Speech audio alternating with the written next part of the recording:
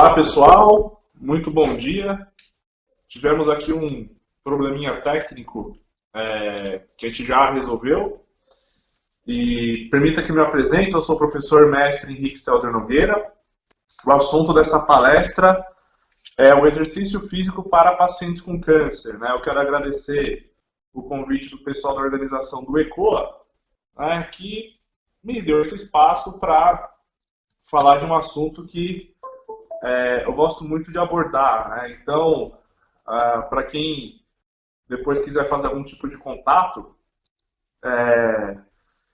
eu sugiro que tenha aí as redes sociais, os e-mails, o WhatsApp. Então, meu e-mail é stelzer.h@hotmail.com.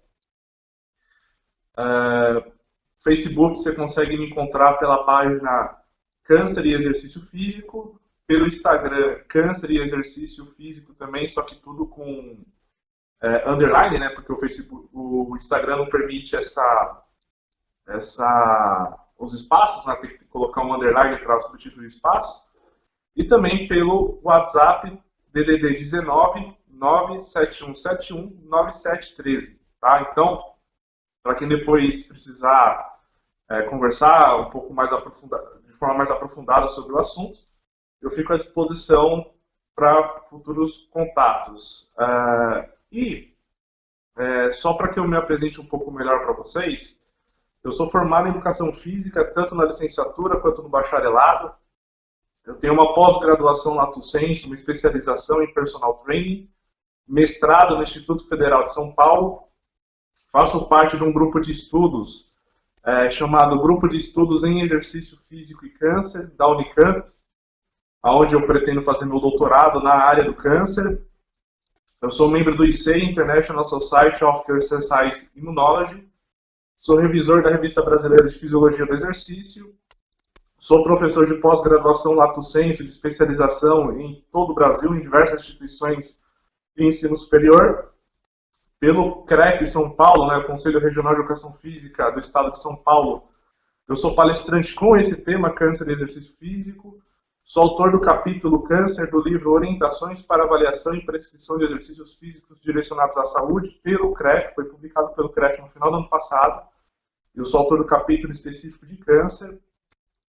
Eu sou autor de um livro somente dedicado ao tema Câncer e Exercício Físico, com a publicação futura, também pelo CREF. Eu fui homenageado no ano passado com a moeda comemorativa de 20 anos do Conselho Regional de Educação Física do Estado de São Paulo, por essa ampla atuação na área oncológica, e sou personal trainer com atendimento especializado em oncologia. Então, eu posso dizer que eu tenho um pouco aí de conteúdo para contribuir com vocês.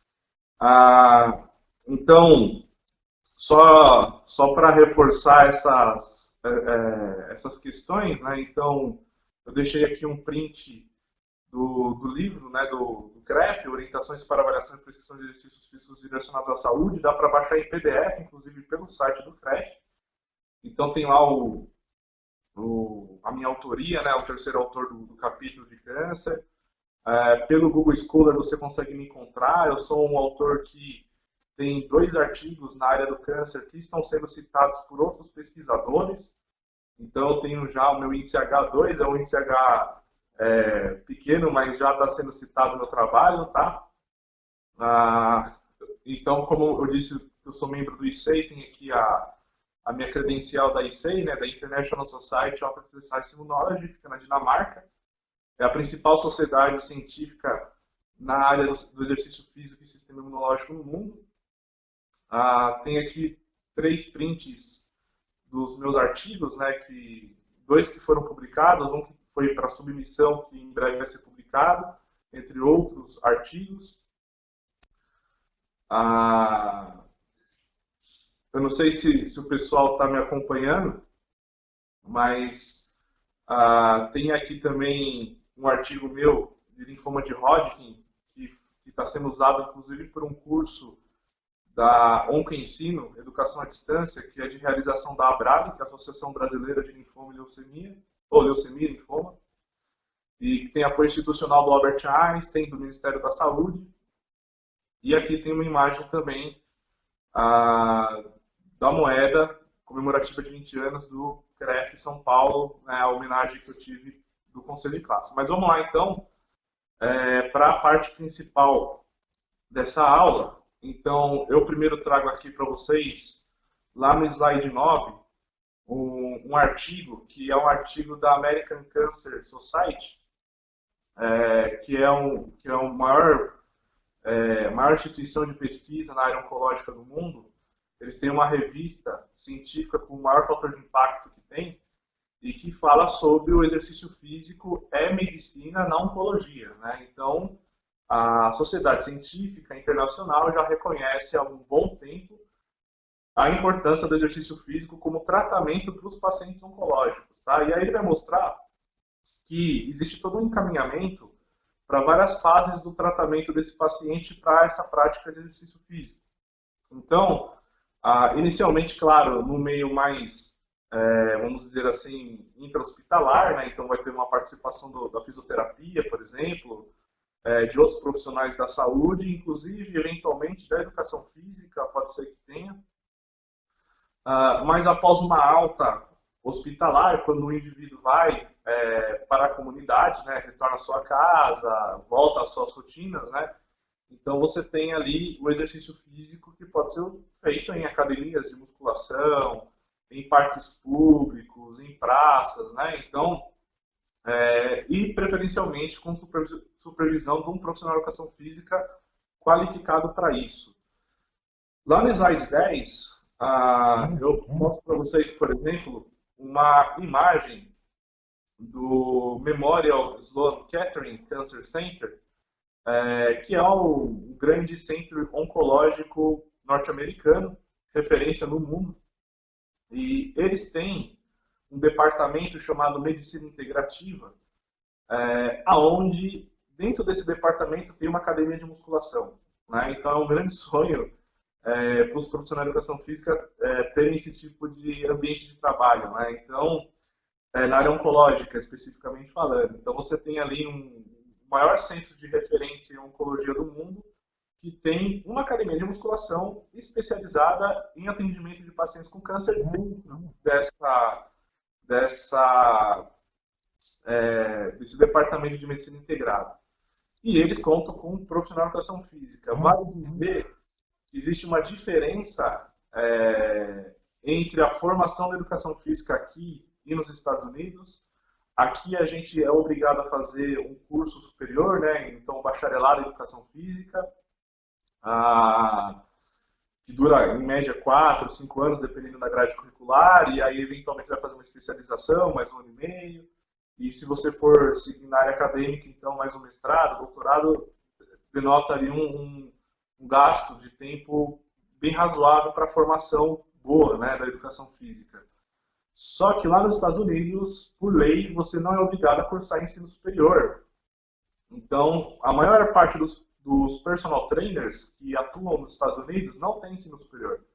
Só que lá, apesar disso, existe todo um cuidado com capacitação constante. Então, o indivíduo que vai atuar, por exemplo, com um paciente oncológico nessa instituição, por exemplo, nessa academia que fica dentro dessa instituição oncológica, está sempre em capacitação constante, né? Então, apesar de não ter o ensino superior.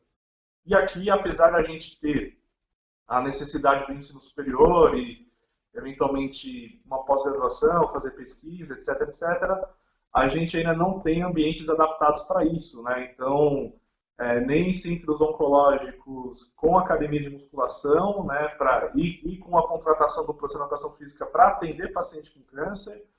Alguns poucos centros médicos, de uma forma geral, que também tem a parte oncológica, né, como departamento, até tem academia, mas normalmente é para atendimento do próprio corpo de trabalho, né, dos próprios funcionários, e eventualmente para pesquisa.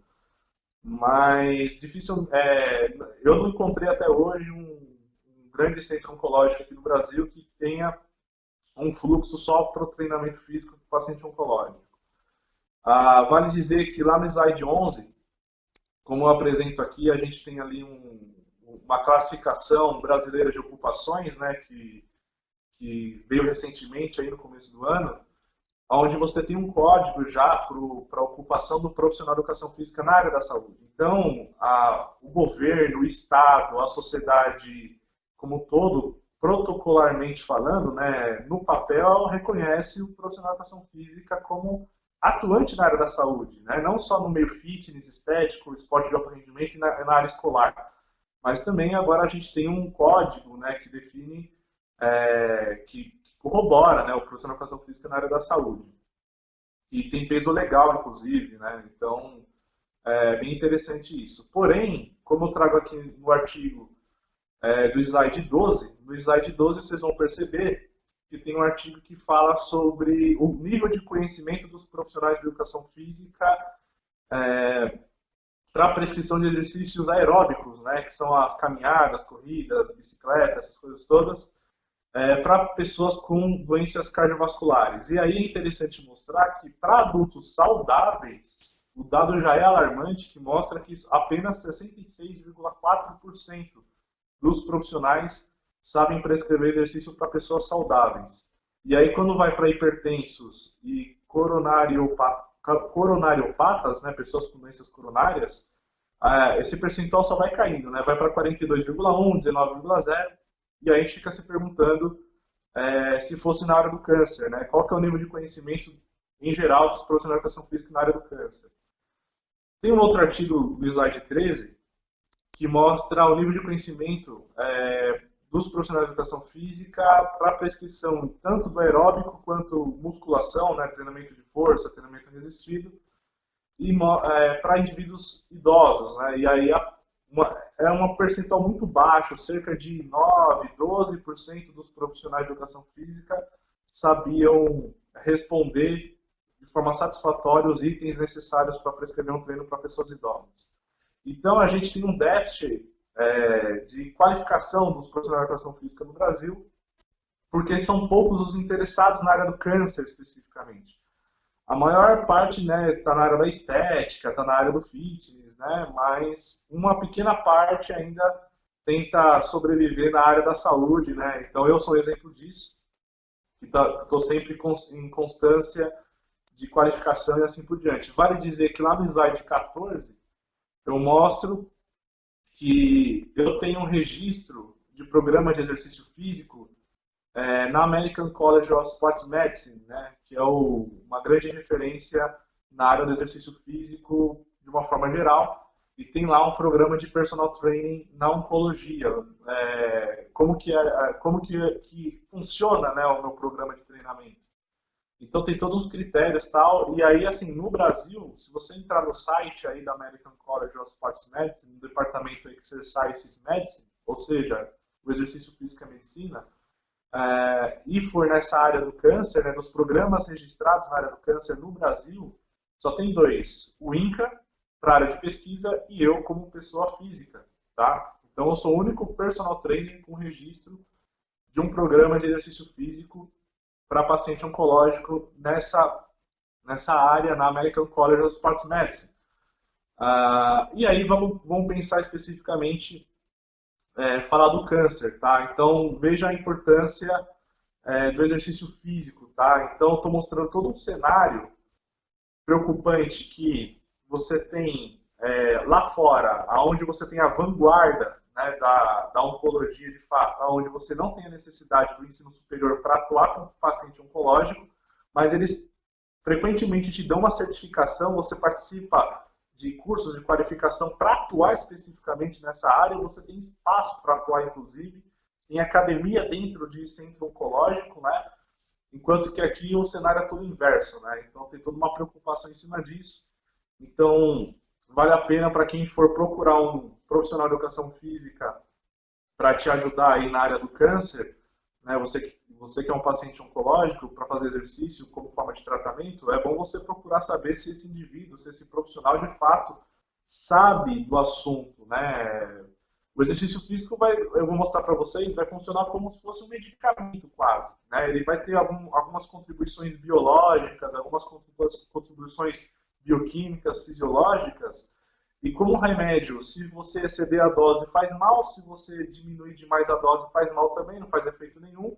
Então tem que ser muito bem prescrito o exercício físico, muito bem executado o exercício físico, sobretudo para pessoas com câncer, né, por várias razões. Tá? Então vamos lá, o câncer, tanto no Brasil como no mundo, se a gente for lá no slide 15, ele é o segundo maior causador por mortes por doenças crônicas não transmissíveis, tá? Perdendo apenas para as doenças cardiovasculares.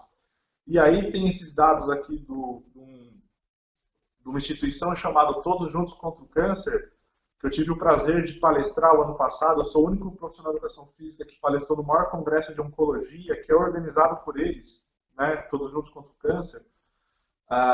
E aí eles vão mostrar esses dados, que o câncer é o segundo maior causador de mortes por doenças crônicas não transmissíveis, perdendo apenas para as doenças cardiovasculares. Porém, as doenças cardiovasculares estão caindo, né? Então, por várias razões, né? Equipes multidisciplinares mais consolidadas, medicamentos mais eficientes e assim por diante. Então, você teve toda uma evolução tecnológica e de recursos humanos aplicados na área da saúde cardiovascular. Só que na área do câncer isso não se acompanhou, né? E aí o que acontece? A partir de 2029, essa curva vai cruzar, as doenças cardiovasculares vão passar a ser o segundo maior causador de mortes por doenças crônicas não transmissíveis no Brasil e no mundo, e o câncer vai ser o principal, né?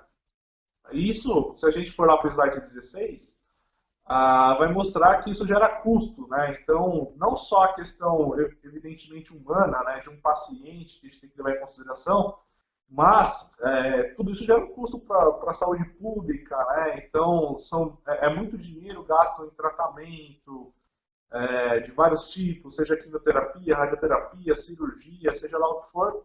Portanto, se a gente tivesse uma cultura mais forte, mais consolidada do exercício físico aplicado aos pacientes oncológicos, eventualmente esse gasto seria menor e seria melhor redistribuído para outras ações mais específicas, né? Então vamos lá para o slide 17. Como que funciona o câncer, né? O câncer, a gente sabe que ele tem a característica de crescimento descontrolado de células defeituosas, com transformação de células normais em células tumorais, o que mostra uma desordem, várias desordens, né, de cunho genético, metabólico e imunológico. Então eu estava explicando que na fisiopatologia do câncer, a gente tinha as desordens genéticas, metabólicas e imunológicas que causam justamente o crescimento descontrolado das células defeituosas, né? Então, são os três pilares para que isso ocorra. E aí no slide 18, passando lá para as causas multifatoriais, né? A gente sabe que apenas 5% das causas são de cunho hereditário, apenas 5% por conta de mutações espontâneas, porém 90%, ou seja, quase a totalidade, se dá por causas adquiridas. Isso tem a ver com fatores do meio ambiente, hábitos de vida e atividades de vírus. Tá? Então veja que os fatores modificáveis, que a gente chama da saúde, que é o sedentarismo, alimentação, controle do estresse, você ter ali poluição ambiental de várias ordens, né, que também vão gerar estresse, então poluição sonora, visual, até a poluição química mesmo, né, tudo isso tem relação com essas causas multifatoriais e que a maior parte se dá, né, essencialmente por maus hábitos de vida do indivíduo, tá? E aí, se a gente for para o slide 19, a gente tem uma imagem bem didática que mostra que o seu corpo ele produz com uma certa frequência células problemáticas, células defeituosas que possam originar a doença do câncer. Isso acontece o tempo todo. O seu corpo não é perfeito, né? Então, as células, conforme vão se reproduzindo e assim por diante, muitas vezes tem um erro genético, tem um erro ali de expressão, e aí essa célula vai se dar defeituosa. Se ela perpetuar, ela pode gerar a doença do câncer. Mas, com uma imunidade boa, né, com o sistema imunológico funcionando bem, você vai ter ação das células imunes que vão conseguir destruir essa célula cancerígena. Então, essa imagem do National Cancer Institute que mostra, por exemplo, em verde na área mais central ali da imagem, você tem a célula cancerígena. E você está vendo células imunes que estão atacando essa célula cancerígena, tá? Então, isso seria a forma correta que o seu corpo deveria lidar com o início ali de um problema de expressão gênica, um problema metabólico dessas células aberrantes, aí, dessas células iniciais, para justamente não virar um tumor, né?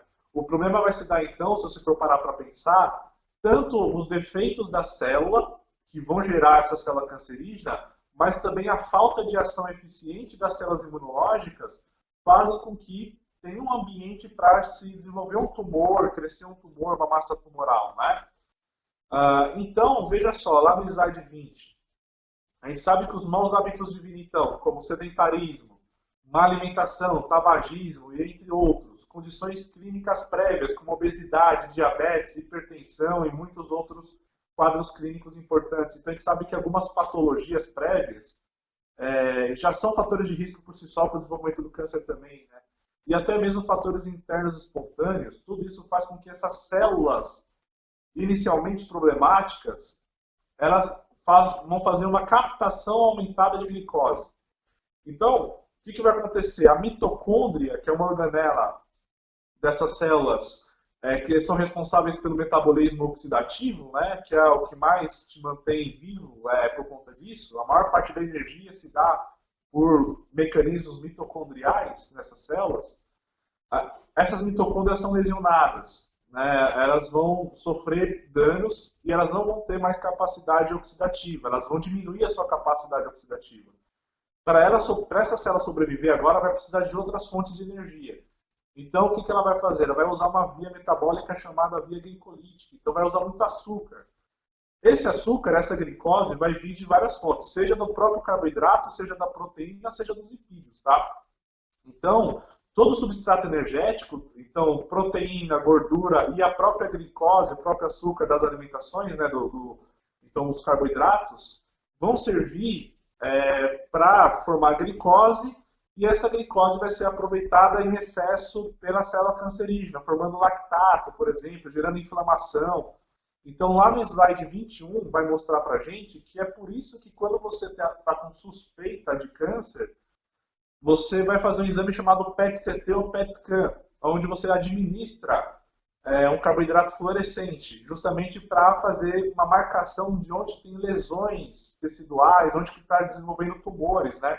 Já que essas células cancerígenas tumorais, basicamente, elas vão aproveitar pra caramba ali a glicose, né, o açúcar. Então, administrado dessa forma, e é onde aparece mais luz aparecendo, né, que é a fluorescência desse carboidrato, é onde você tem mais foco de lesão, que aí depois, no segundo momento, com uma biópsia, né, com exame imunohistoquímico, é que vai definir se de fato você tem um tumor ou não, se é um tumor maligno, benigno, seja lá o que for, né?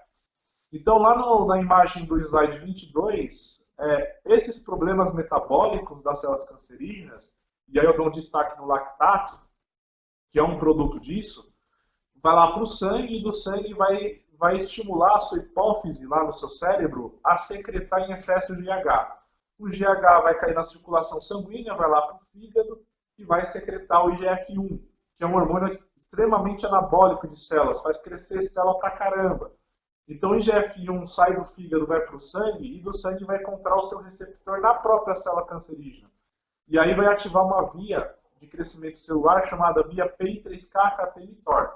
Eventualmente você ouviu falar disso nos seus exames, né? Você que está com câncer, está acompanhando o desenvolvimento, né, dos protocolos de quimioterapia, radioterapia, hormonioterapia, seja lá o que for, muitas vezes um dos marcadores que você deve estar já acostumado a ver nos seus laudos, né, de acompanhamento, de progressão ou não, ou regressão do tumor, é a via PI3K-catein-mTOR, principalmente mTOR, é o principal marcador que o pessoal usa aí para crescimento de célula cancerígena.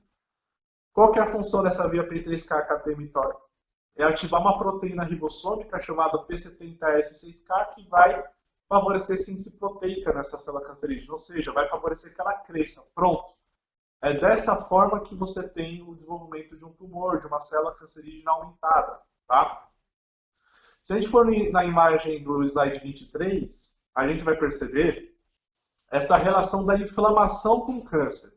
Então, eu rapidamente mostrei para vocês essa via de crescimento celular, né? As vias metabólicas que vão ativar vias endócrinas, que vão ativar expressões gênicas dentro da célula cancerígena para que ela cresça, né?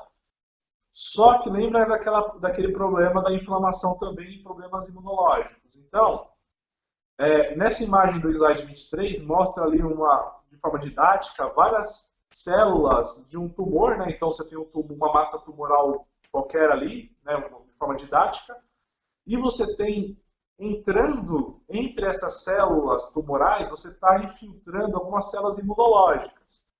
Aí você deve estar pensando, bom, isso é bom, porque essas células imunes têm a função de reconhecer e destruir seres estranhos, inclusive células cancerígenas, como naquela imagem que a gente viu. O problema é que você vai encontrar nos tumores, você vai encontrar essas células imunes, só que são células imunes defeituosas ou que não têm uma função tão boa para esse tipo de situação. Tá? Essas células imunes que você vai encontrar nos tumores, elas têm alterações genéticas, de expressão gênica e de ação também, né? Então tem polimorfismos que a gente chama, que vão mais favorecer o crescimento do tumor por meio da inflamação. Então, o tumor cresce por conta da inflamação também, e essa inflamação se dá por células imunes pró-inflamatórias. Então, vai ficar bombardeando esse tumor com produtos inflamatórios que vão ativar aquele ciclo de crescimento celular de forma constante, do que, de fato, uma ação mais efetiva para a destruição da célula cancerígena. Então, são células imunes defeituosas, na verdade, também, né? Ou com funções alteradas e assim por diante.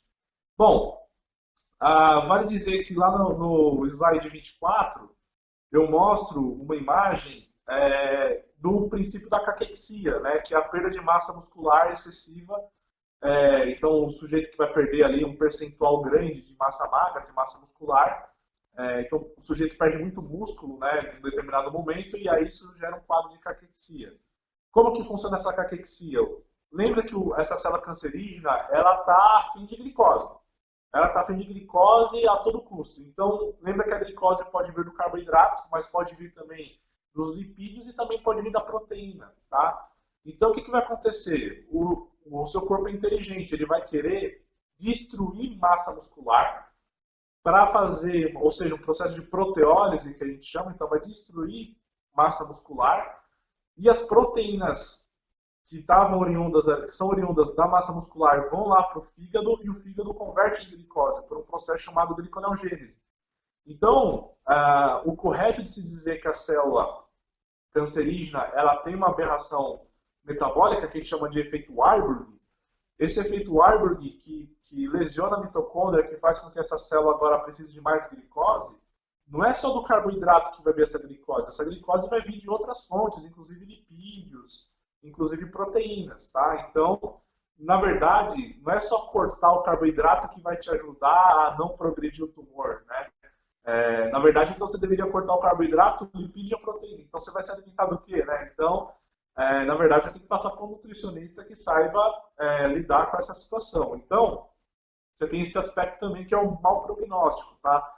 Perda de massa muscular no paciente com câncer é um mau prognóstico, não é tão legal, não. Então, vale dizer que no slide 25 eu falo da inflamação na caquexia, então o ambiente pró-inflamatório favorece a caquexia, essa degradação de massa muscular que vai ser usada para formar glicose, para ser aproveitada pela célula cancerígena.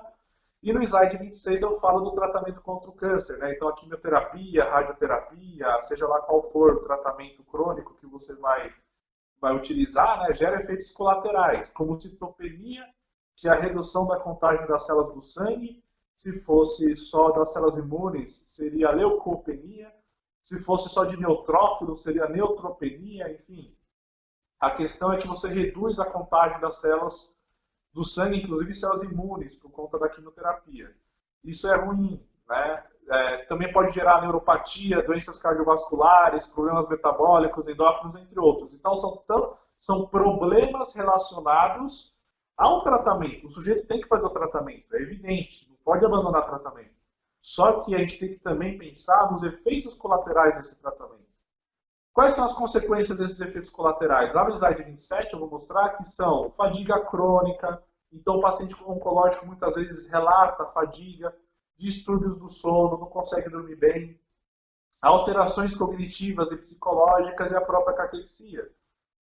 E Sem contar o fato lá do slide 28 mostrar que é bastante comum também apresentar anemia, tá? Então tem alguns artigos falando de anemia. No slide 29, eu dou um exemplo do tratamento para neutropenia, que é a redução da contagem de neutrófilos, que são importantes em células imunes, inclusive para a destruição de célula cancerígena. Então, quando você reduz essa contagem, muitas vezes você vai precisar tomar remédio para voltar a contagem. Enquanto você toma o remédio, você vai ter que suspender o tratamento, porque vai ficar perigoso o tratamento para você com a imunidade baixa. Então, com a imunidade baixa, você vai precisar tomar um remédio. Esse é um exemplo deles, que é o Granuloquine, que custa mais de R$1.000 a caixa aí. Né? Então, talvez existam princípios interessantes do exercício físico para reduzir efeito colateral e contribuir para o combate ao tumor, às células cancerígenas. Eu vou mostrar para vocês a partir de agora. Vocês vão ver que o exercício físico fica mais barato do que tomar caixas e caixas de Granuloquine, por exemplo, né, que custa R$1.500 a caixa, tá? Para fortalecer a imunidade de novo, para você voltar ao tratamento, para ter chance de sobrevida do câncer. Né? Então, vamos pensar no exercício agora. Lá no slide 30, eu mostro uma meta-análise. O que é uma meta-análise? Meta-análise é o topo da pirâmide da pesquisa científica. Tá? Uma meta-análise é uma análise estatística de todas as estatísticas dos estudos experimentais daquele assunto. Tá? Então, é a estatística em cima das estatísticas, dos resultados dos estudos originais.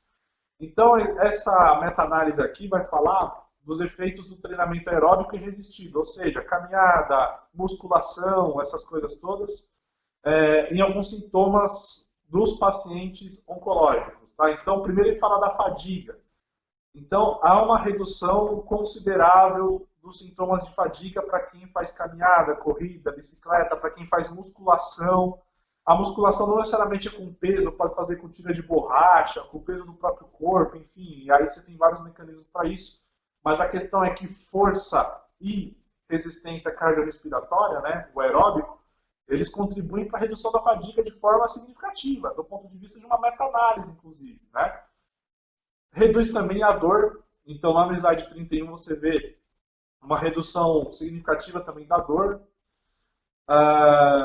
No slide 32 vai mostrar uma redução da dispneia. A dispneia é aqueles bloqueios da respiração durante o sono. Então, aquele sujeito que para por alguns segundos de respirar enquanto está dormindo, né? Se chama dispneia. Isso é um mau sinal. Você tem riscos de óbito, né, para a dispneia, mas também você tem vários problemas relacionados à dispneia de uma forma crônica aí. Tá? Então, tem uma redução da dispneia também. E no slide 33 vai falar da redução da insônia. Né? Então, veja só uma meta-análise falando de pessoas com câncer que são submetidas ao exercício aeróbico, né? E também à musculação, ao trabalho de força muscular, mostrando vários efeitos positivos, tá? Nos efeitos colaterais desses indivíduos. Lá no slide 34 vai mostrar a American College of Sports Medicine mostrando as evidências fortes e moderadas, né, do exercício resistido, da musculação e do cardiorrespiratório em várias questões. Então, por exemplo, a fadiga relacionada ao câncer, a percepção da qualidade de vida, função fisiológica, ansiedade, depressão, linfedema. Então é uma mentira falar que o exercício físico piora o linfedema, só se o exercício físico estivesse sendo feito errado, né, para causar um absurdo desse, mas o linfedema diminui com o exercício físico. Tá? E aí você tem moderadas evidências sobre a saúde óssea, que é uma coisa importante do paciente oncológico, e também na qualidade do sono. Então, eu vou mostrar um exemplo, lá no slide 35, de um estudo que foi feito com 12 semanas de caminhada na composição corporal e na contagem das células imunes de pacientes com câncer de mama que receberam quimioterapia, né, durante o processo de quimioterapia. Então, a amostra se deu por 20 pacientes com câncer de mama, estágios de 1 a 3, ou seja, sem metástase, com uma idade de 47,8 anos de idade, submetidas à quimioterapia e radioterapia, combinadas, ou então apenas a quimioterapia, e as pacientes eram todas sedentárias. O treinamento físico se deu por um programa de caminhada, portanto, né, por 12 semanas, em que as 6 primeiras semanas se deu com 30 minutos de caminhada, uma intensidade leve para moderada, e depois as outras semanas se deu com 40 minutos de moderado. Monitorou-se o treinamento com a percepção subjetiva de esforço e a frequência cardíaca pelo equipamento polar. Pensando nas variáveis da composição corporal desses indivíduos, dessas pacientes, tivemos uma redução significativa da massa gorda. Tá? Então, perder massa gorda para paciente com câncer de mama durante a quimioterapia, isoladamente, ou quimioterapia junto com radioterapia, é um bom sinal. Tá? Então, perdeu gordura. Isso é interessante. E também manteve a massa magra. Manteve a massa magra. Lembra aquela questão de perder massa muscular, que é um mau negócio, na caquexia? Ali, uma caminhada já ajudou a manter a massa muscular e perder gordura, o que foi um excelente prognóstico agora para o paciente com câncer. Vamos pensar agora, no slide 38, na contagem das células imunes. Então, a contagem das células imunes tiveram algumas flutuações. Sim, tiveram flutuações. Só que essas flutuações não foram estatisticamente significantes. E também ficaram dentro de valores de referência aceitáveis. Tá? Então, a gente manteve a massa muscular, reduziu gordura e a imunidade dessas pacientes ficaram boas. Tá? Então, veja só a importância de uma simples caminhada, por exemplo.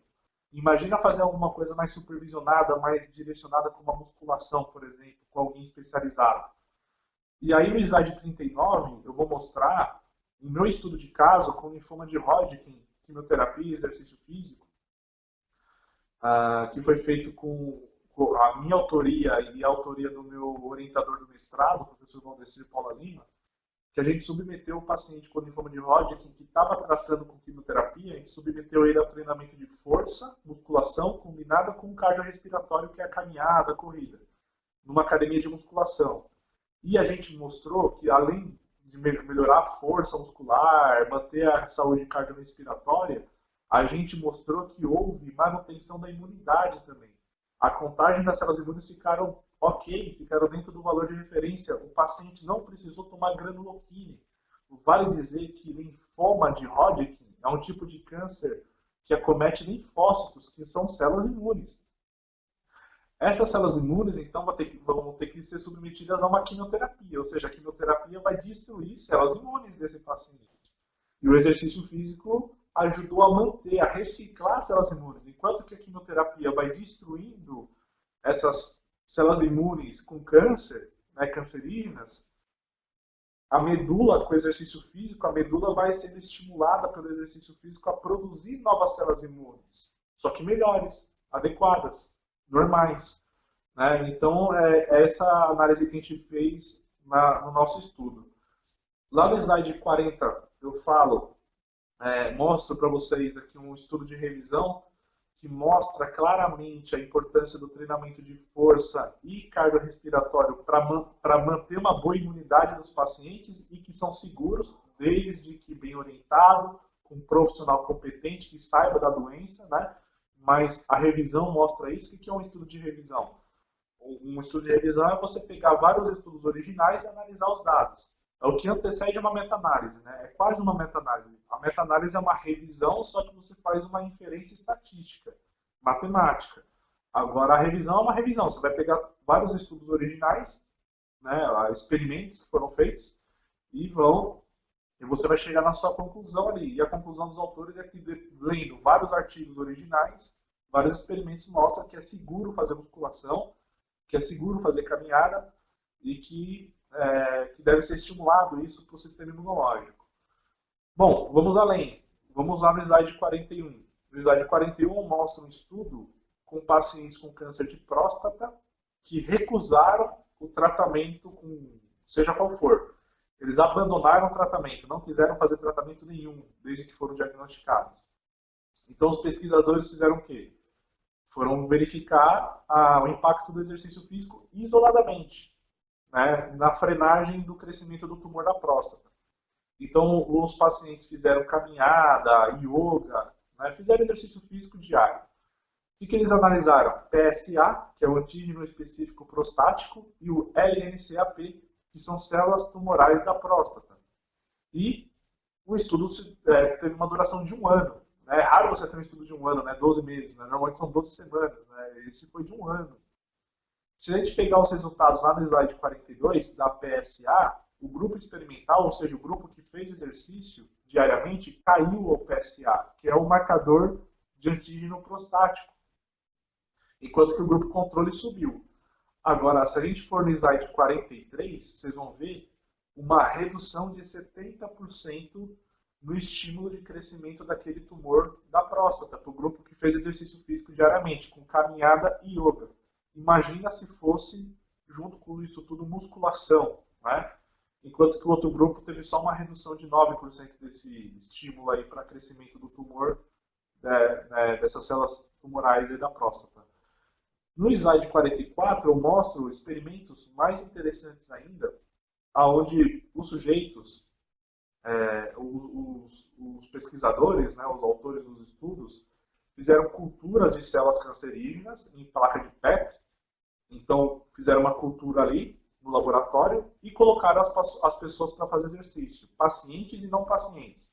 E quando eles pipetam o sangue, né, as células imunes, dos sujeitos que fazem exercício físico na placa de Petri, com as células cancerígenas ali, mostra que essas células imunes agora são mais eficientes para destruir a célula cancerígena. Enquanto que o grupo controle, vamos dizer assim, aqueles sujeitos que ficam sedentários, quando você pipeta as células imunes desses sujeitos sedentários e joga ali nas células cancerígenas na placa de Petri, não tem um bom ataque das células imunes para aquela célula cancerígena. Então isso mostra que o exercício físico destrói a célula cancerígena sim. E eu vou dizer mais. Vamos lá para o slide 45. Em modelo animal, uma revisão com meta-análise, né? Lembra da meta-análise, o topo da pirâmide da pesquisa científica, mostra que no modelo animal houve uma redução do tumor nos ratos que fizeram exercício físico, né? Musculação e exercício cardiorrespiratório. Tá? Então, você tem tanto os dados brutos, vamos dizer assim, nessa imagem do slide 45, mas lá no slide 46 tem os valores ajustados para tamanho de tumor, peso do tumor, tipo de tumor, né? Mas tanto nos dados brutos quanto nos dados ajustados, você vê que tudo vai para a esquerda, ou seja, tudo vai para o lado favorecendo o exercício físico. Qual que é a explicação disso? Vamos lá para o slide 47. Tem uma revisão que eu escrevi sobre musculação e resposta hipertrófica, né, ganho de massa muscular, que mostra que o músculo esquelético também usa aqueles recursos que a célula cancerígena tinha que ter. Lembra no começo da aula? As células cancerígenas têm problemas imunológicos, tarará, metabólicos. Essa parte metabólica induz hormônios anabólicos que vão fazer crescer essa célula cancerígena. O músculo funciona da mesma forma.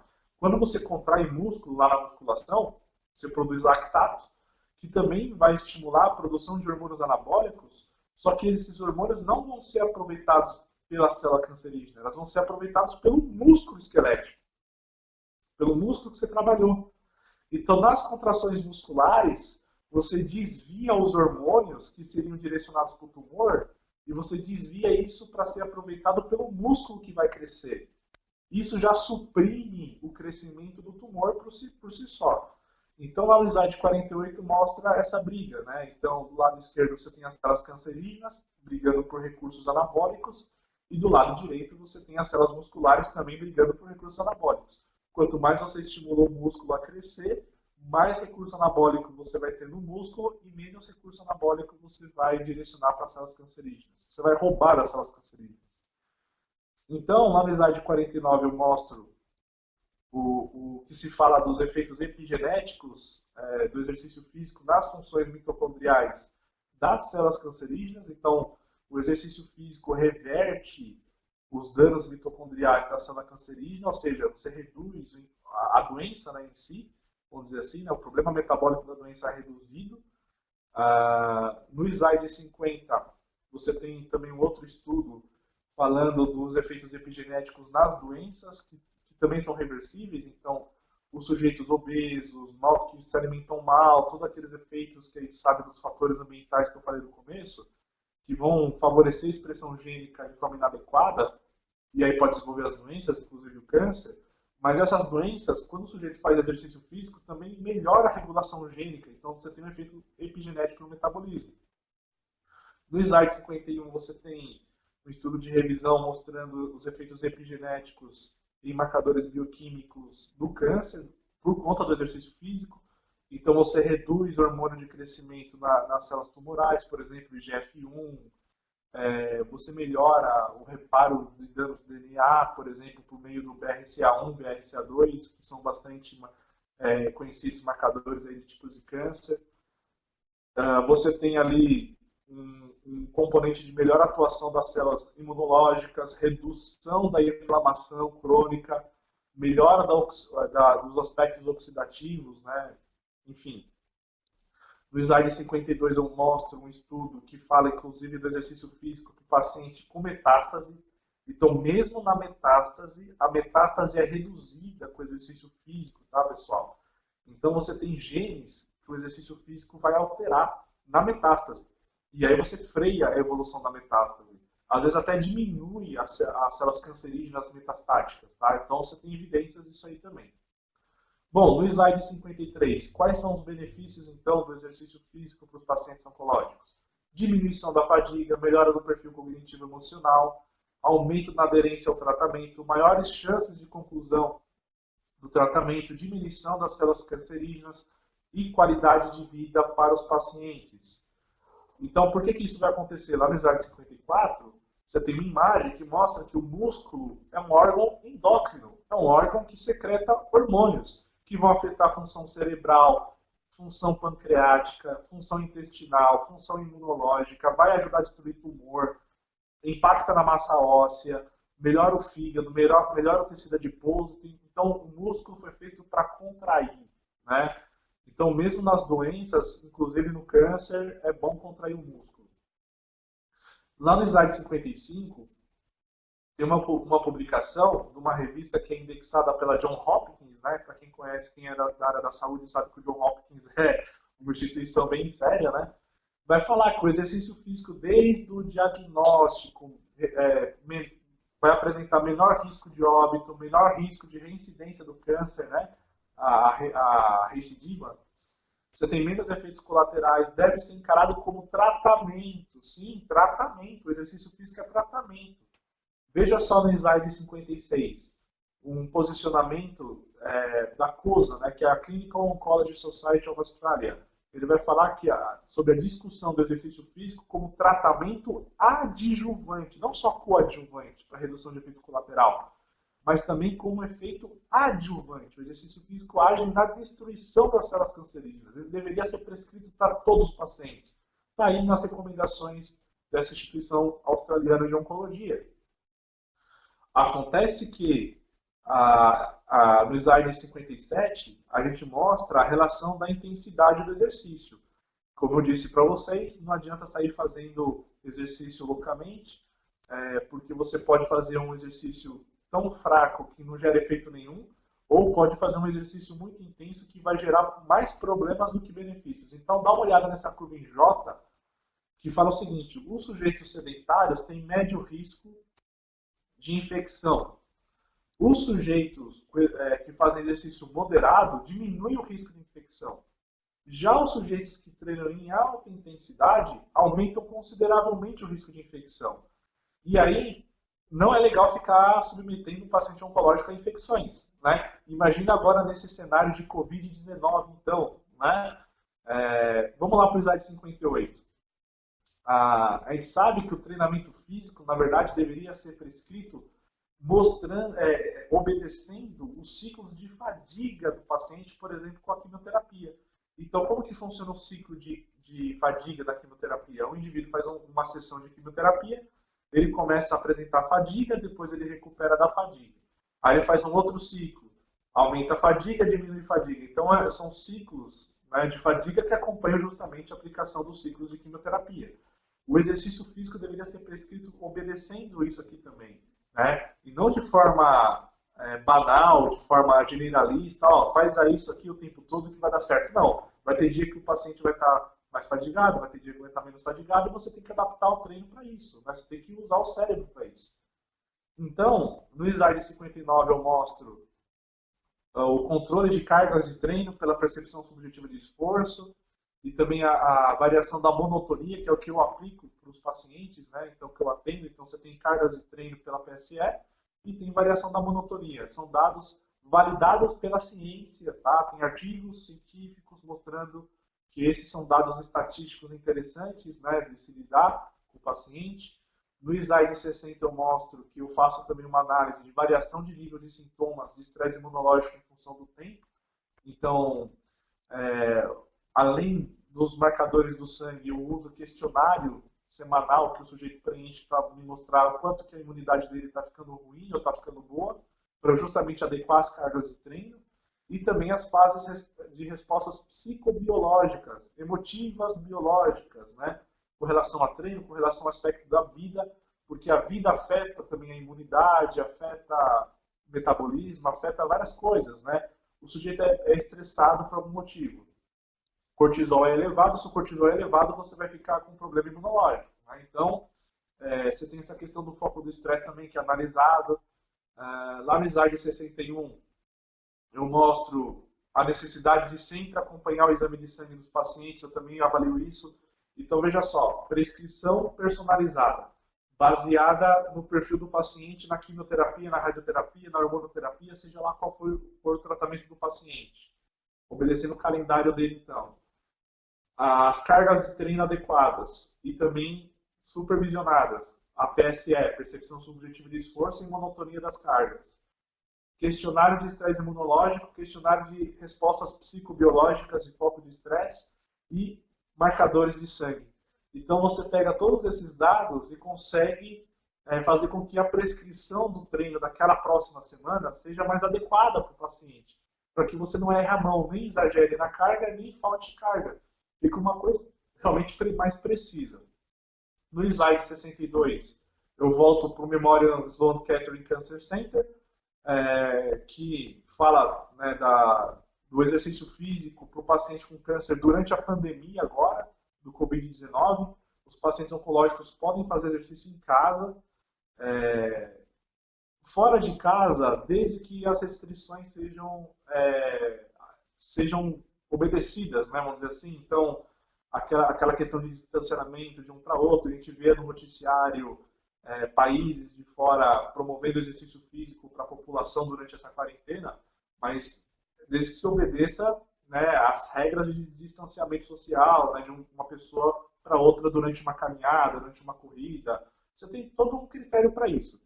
Mas seria então mais seguro, na verdade, fazer dentro de casa nesse período. Dá para fazer dentro de casa. Você tem, por exemplo, no último slide, do slide 63, tem ali exemplos de exercícios que dá para fazer em casa. Então, polichinelo, agachamento, flexão de braço, abdominal, subir e descer num banco, numa cadeira ou num degrau que você tenha, fazer educativo de corrida, né, elevação de joelho, calcanhar no bumbum.